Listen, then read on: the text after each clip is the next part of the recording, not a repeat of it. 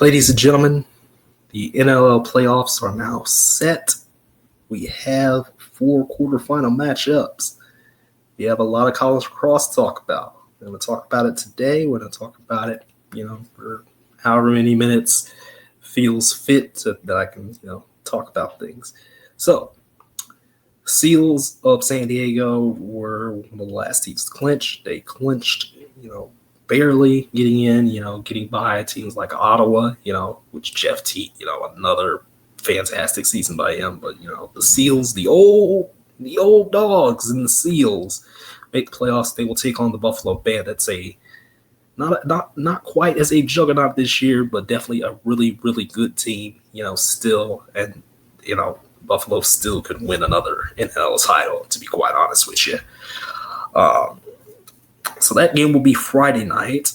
The other 3 games in the quarterfinals will be Saturday. Calgary taking on Halifax. Of course, the Georgia Swarm, Lyle Thompson and crew, taking on Saskatchewan, a revived Saskatchewan team who is now the 2 seed. And Rochester taking on Vancouver. Of course, Christian Del Bianco has been on fire, unbeaten in play, this year, which is crazy. Crazy good stuff, And, the NLL playoffs are yet again going to be fun. They're going to be intriguing. They're going to have all the things that they need. Calgary with Curtis Dickinson, is just one of those teams that's going to be like, I think they can, do a lot of damage, Again, the Bandits are just they are a team that they are a team that just does a lot.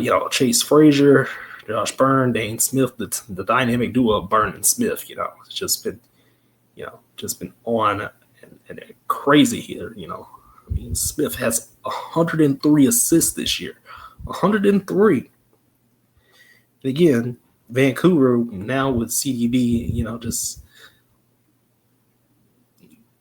they are, making the plays he's been making, again, he only allowed 5 goals last night, and Vancouver, gets a home playoff. Teams like Toronto were just disappointing this year. It's crazy that the Toronto Rock are not going to the playoffs this year. It's crazy to think that they're not, and with what this season has been in the NLL, just kind of a quiet, softer season in some ways, and just there hasn't really been too much for me to say that has been said already. Again, I think Saskatchewan's rise this year has been probably the most fun to look at. Personally, I do think Buffalo will take the title, take the title home. Of course, last year they defeated the Albany Fire Wolves, who were very disappointing this year in some ways themselves and didn't make the playoffs either. But, we're going to get what we're going to get in the NLL playoffs. And I do think, again, that we're going to get a title of, Buffalo. And I think the other team that they will play will be Saskatchewan. I think they'll be playing Saskatchewan for a title. That's what I think. But, what do y'all think? I don't know what to think. So, we're gonna, just keep on going and move on to talk about some college lacrosse here. So, the bubble, non-existent. Ohio State was able to defeat Michigan yesterday. They captured the Big Ten regular season title. Maryland also just beat the brakes off. Well, not really beat the brakes off Johns Hopkins, but Johns Hopkins finished 0-5 in Big Ten play. Rutgers and Penn State are just kind of there. Michigan is one of the last teams on the bubble, but they do not have the wins that they're supposed to have. Again, they lost to Notre Dame. They lost to other ACC teams. So they are basically the team that's fighting for a spot, at this point. They're going to be fighting for a spot. If they get that automatic bid in the Big Ten tournament, that could be interesting. It could knock somebody out, As far as the Ivy League goes, CJ Kurst has broken the goals record. The goals record was at 224. He's broken it.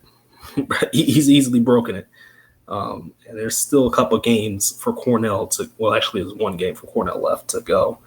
And they have clinched the Ivy League as well. So they are, going to be the one seed in the Ivy League tournament. There's going to be a big game this weekend between Yale and Princeton. This next weekend against Yale and Princeton. And that should help determine the last team in. Of course, there are a couple other teams fighting for a spot, At least one.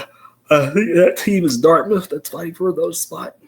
So, yeah, Ivy League looking pretty good. Of course, man, Fayak, or however you say his name, he is a dominant man. What a great man, to be a goalie this year.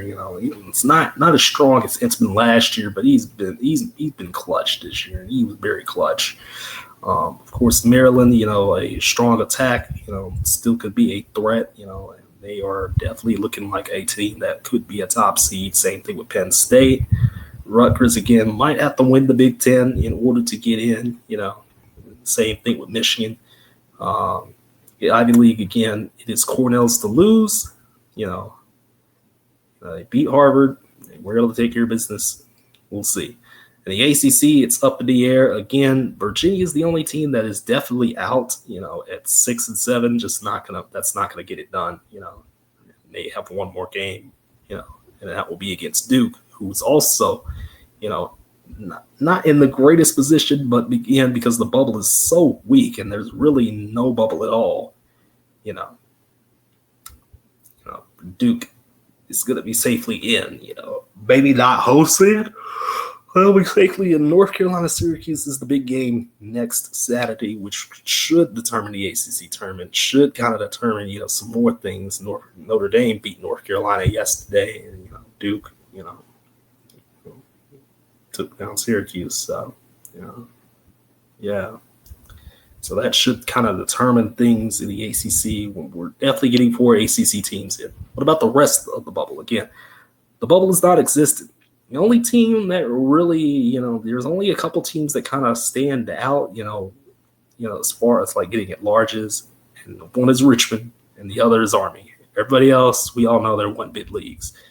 Army has a win against North Carolina. Army has one of the best defenses in the nation, just one of the more intriguing seasons so far. And, they are, the committee revealed their top 10 yesterday. Army is in that top 10. Army should safely be in if they can continue to, win. They got the Patriot League tournament.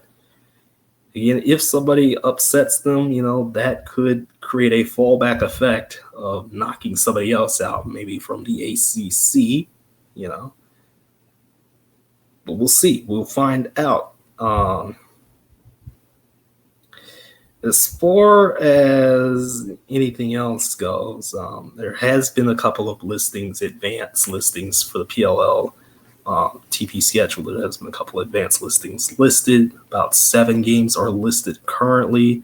A good chunk are on ABC, a good chunk are on ESPN. There's like one ESPN2 game there, and I'm really excited for that.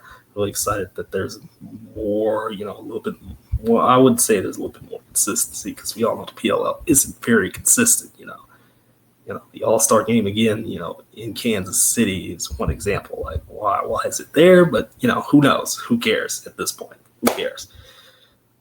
I'm excited for the PLL to kind of help, get this summer, continue to go and go forward,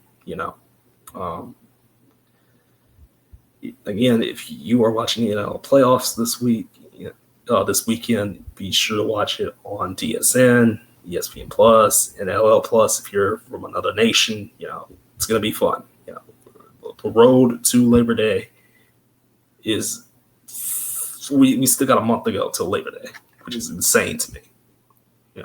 Insane to me, but we're going to get there. Can't wait. I'll talk to you all again, in a couple weeks when the bracket is revealed for the college lacrosse tournament, and we'll see, how, some of these, how the quarterfinals went, and then maybe some of the semifinals. Again, playoffs has a Quarterfinals, that's just, single elimination and best of 3 semis and finals. So for me to you, take care. I'll see you on Tuesday, and we'll talk some indoor football then.